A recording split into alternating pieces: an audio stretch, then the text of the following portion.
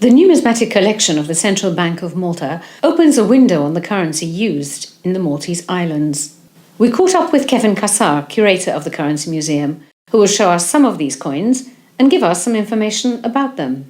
Mr. Kassar, when were coins first used in Malta?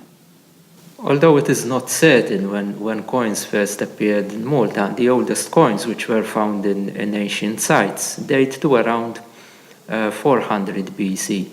These are coins which were used in Carthage, that is in North Africa, and also in the Carthaginian colonies of Sicily. The first coins to carry a Maltese imprint, that is, they were probably made here, have been produced around the year 200 BC, at around the time of the Roman occupation of the islands. These are a series of around 10 coins which contain inscriptions which are believed to be the name of Malta, which range from the Punic to the Greek and later Latin inscriptions. Therefore, it is thought that this progression from Punic to Roman actually indicates their dates. So, are these coins dated? Only one of them can be dated with some certainty, and this is a coin of Aruntanus Balbus, who was the governor of Sicily at around 36 BC. The coin clearly depicts his name in Latin characters in the legend, and there is also a curule chair, which is a symbol of authority.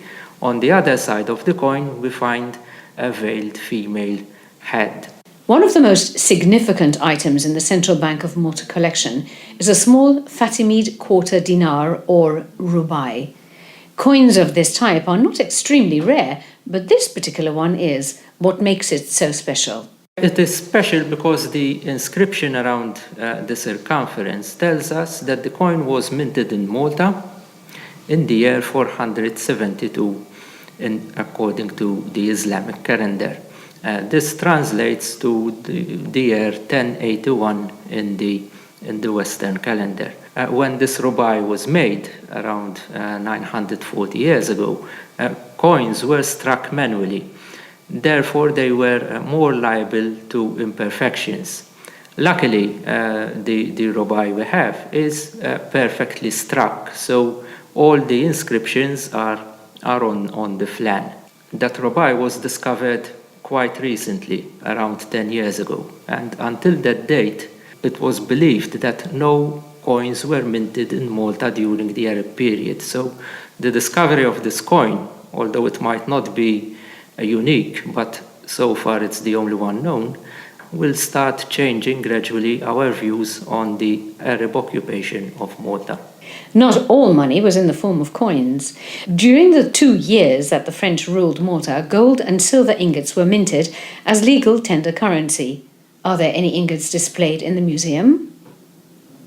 At some point during the blockade of the French forces in Malta, the mint in Valletta stopped making coins in the traditional form, that is the round, familiar form. And they started making gold and silver ingots.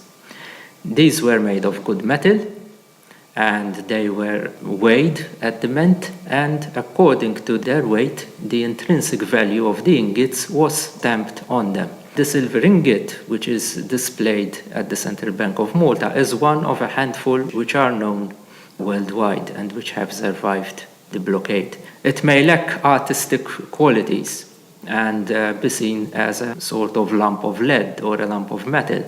However, going beyond its looks, it is a tangible legacy of a turbulent and violent period in Maltese history. We hope you've enjoyed this brief teaser about the Currency Museum at the Central Bank of Malta and hope you'll be encouraged to visit us.